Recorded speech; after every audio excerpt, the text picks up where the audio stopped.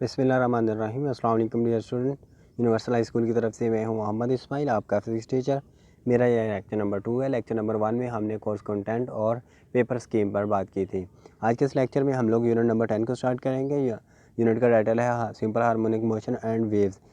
Next हमारा जो आज का टॉपिक है 10.1 सिंपल हार्मोनिक मोशन को हमने इसकी एप्लीकेशन की मदद से प्रूव करना है। ठीक है, सिंपल हार्मोनिक मोशन होती क्या है, सबसे पहले तो ये सीख लें बच्चों। किसी भी ऑब्जेक्ट की जब वो ऑसिलेटरी मोशन परफॉर्म कर रहा होता है, उसकी टू एंड फ्रो मोशन जो होती है उसकी मेन पोजीशन के अबाउट वो सिंपल हार्मोनिक मोशन कहलाती है। ठीक है, तो सिंपल हार्मोनिक मोशन को हमने प्रूव करने के लिए इसी यूनिट में 3 तरह की एग्जांपल दी हुई हैं।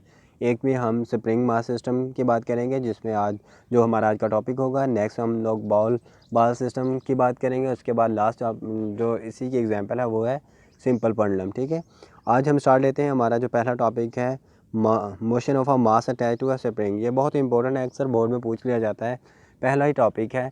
तो ऑलमोस्ट मैं बता चुका हूँ। इस यूनिट में तकरीबन 3 से 4 लॉन्ग क्वेश्चन है और बिल्कुल आसान से हैं। अगर आप थोड़ी सी तवज्जो दें तो आप इसीलिए इनको जो है वो एक ही दिन में तैयार कर सकते हैं सभी को। ठीक है, स्टार्ट लेते हैं। हमारा जो पहला टॉपिक है उसमें मैं इसकी थोड़ी सी आपको डायग्राम की मदद से समझाने की कोशिश करता हूँ, उसके बाद हम इसके मेन पॉइंट पर आते हैं।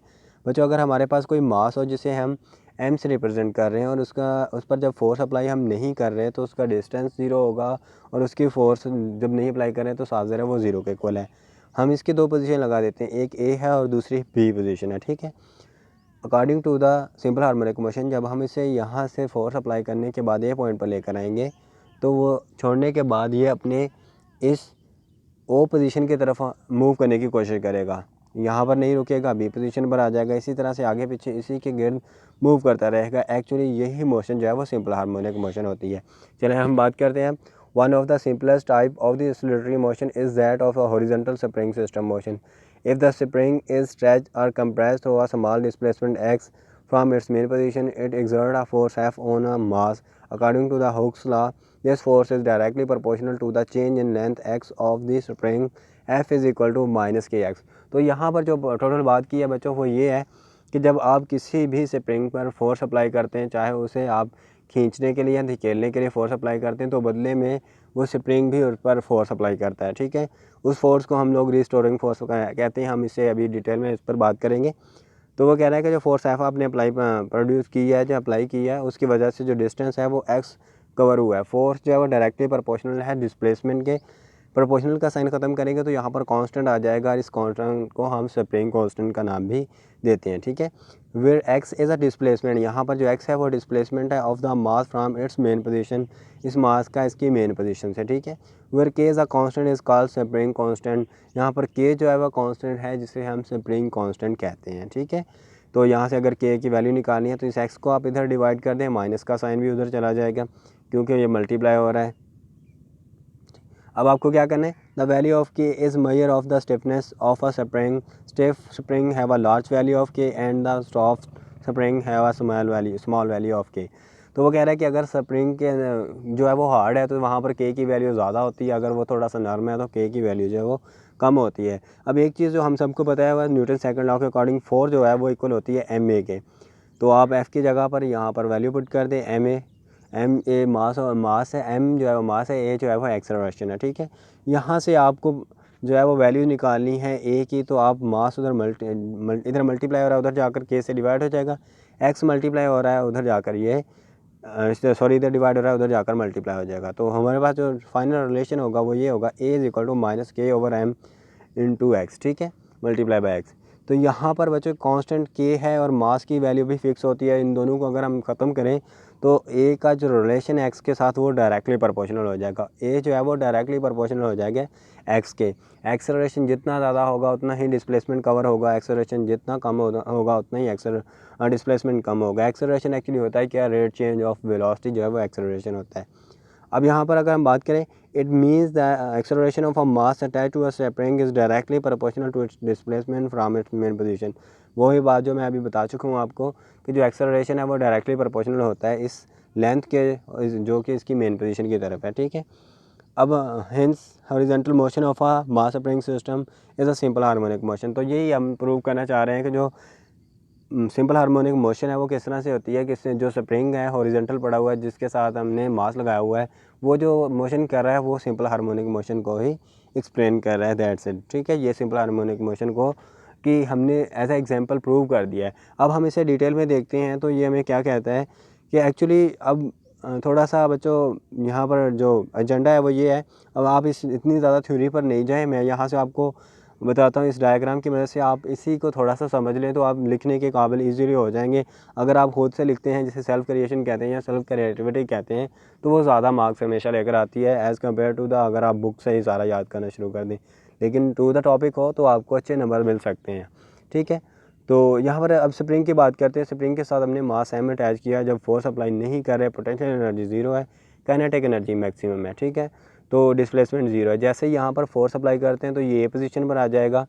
अब ये ए पोजीशन पर नहीं रुकेगा, आप फोर्स हटा दें तो ये अपनी मेन पोजीशन की तरफ आएगा, मेन पोजीशन पर भी नहीं रुकेगा, मेन पोजीशन से बी पोजीशन की तरफ, यहाँ पर जहाँ पर उसने ए माइनस लिखा हुआ है यहाँ पर आ जाएगा। अब ये देखें ऐसा क्यों कर रहा है, या फोर्स अप्लाई की ए पोजीशन पर आकर हमने छोड़ा तो ये मेन पोजीशन की तरफ जाता है। हमेशा से स्प्रिंग ऐसा ही करेगा, जब इस पर फोर्स अप्लाई करके इसे पुल करेंगे, जैसे ही छोड़ेंगे ये अपने मेन पोजीशन की तरफ आएगा।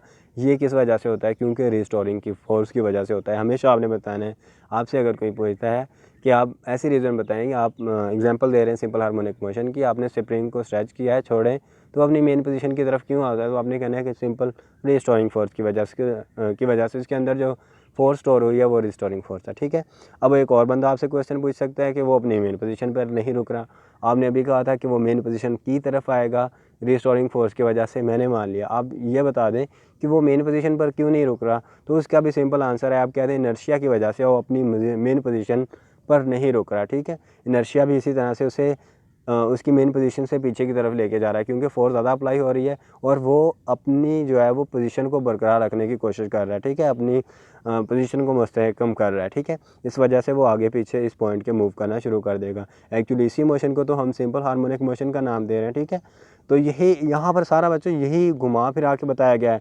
आप अपनी वर्डिंग में लिख दें, आपने कहा कि मास को आपने अटैच कर रखा है स्प्रिंग से, आप उसे डिस्प्लेस कर रहे हैं ए पॉइंट तक, उसका डिस्टेंस एक्स हो जाएगा, ए पर छोड़ेंगे तो वो रिस्टोरिंग फोर्स की वजह से ओ की तरफ आएगा, ओ पर नहीं रुकेगा। क्यों नहीं रुकेगा, क्योंकि इनर्शिया की वजह से है।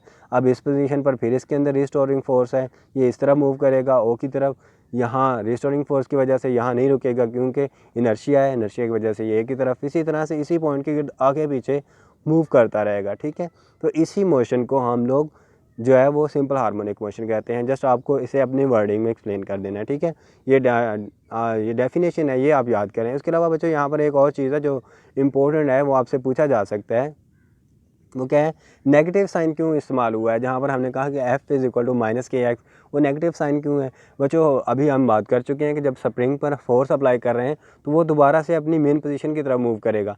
फोर्स आगे की तरफ अप्लाई कर रहे हैं, वो दोबारा पीछे की तरफ भी फोर्स अप्लाई कर रहा है, और रिवर्स डायरेक्शन में, जब रिवर्स डायरेक्शन में फोर्स अप्लाई कर रहा है तो हमेशा नेगेटिव साइन लगता है। तो ये आपने याद रखना है। तो ये भी पूछा जा सकता है कि उसके साथ नेगेटिव का साइन क्यों है, due to the restoring force, ये भी आपने कह देना है। ठीक है, तो रिस्टोरिंग फोर्स एक्चुअली होती क्या है, रिस्टोरिंग फोर्स ऑलवेज पुश और pull the object performing the oscillatory motion toward its mean position. ठीक है, आपको 2-3 शॉर्ट क्वेश्चन या एमसीक्यूज कोई भी बंदा पूछ सकता है, कोई भी आपका सीनियर पूछ सकता है, तो आपको इसी तरह से बताना है। रिस्टोरिंग फोर्स क्या होती है, स्प्रिंग के अंदर वो फोर्स जो उसे उसकी मेन पोजीशन की तरफ मूव करवा रही है। ठीक है, उसके अलावा वो ओ पोजीशन पर क्यों नहीं रुक रहा, क्योंकि उसके अंदर इनर्शिया की फोर्स है, वो उसके गिर्द मोशन कर रहा है, तो ये हमारे पास सिंपल हार्मोनिक मोशन हो जाएगी। ठीक है, उसके बाद एट द लास्ट आपको सिर्फ ये टाइम पीरियड याद रखना है। यहाँ पर टाइम पीरियड मैं बता दूँ, ये टाइम पीरियड को कैपिटल टी से रिप्रेजेंट कर रहे हैं। इससे पहले 9th क्लास में हम टाइम को स्मॉल टी से रिप्रेजेंट करते थे, यहाँ टाइम नहीं है, टाइम पीरियड की बात कर रहे हैं, तो कैपिटल टी से रिप्रेजेंट करेंगे 2 पाई√m/k, ये आपने याद रखना है। ठीक है, ये दो तरह का यूज़ होगा, एक हम सिंपल प्रॉब्लम के लिए यूज़ करेंगे और एक हम लोग मास स्प्रिंग सिस्टम के लिए यूज़ करें। ठीक है, तो यहाँ पर जो m है बच्चों वो मास है, और k जो है वो कांस्टेंट है। कांस्टेंट की हमें वैल्यूज़ दी जाएगी, जब हम न्यूमेरिकल सॉल्व करेंगे वहाँ पर इसकी फ़िक्स वैल्यू होगी। ठीक है, तो ये था हमारा लेक्चर नंबर 2। इस लेक्चर के अबाउट आपका जो भी प्रॉब्लम हो आप हमसे ज़रूर रब्ता करें, आपको इसका तसल्ली बख्श जो है वो जवाब मिलेगा। ठीक है, इस टॉपिक के अबाउट आपका थोड़ा सा होमवर्क है, आपको इसकी डेरिवेशन को लिखना है, इसकी डेफिनेशन, रिस्टोरिंग फोर्स की जो डेफिनेशन है, और उसके अलावा ये जो डायग्राम है, एक तो ये है बच्चों, उसके अलावा ये 3 डायग्राम है, ये आपको ज़रूर बिल्कुल करनी है, ठीक है। इनको आपने अपनी होमवर्क वाली इसे आपने सॉल्व करना है और अपनी फ़ाइल बना लें, उसमें लगाते जाएं। इंशाल्लाह जैसे ही स्कूल दोबारा रीओपन होंगे आपका होमवर्क जो है वो चेक होगा, ठीक है।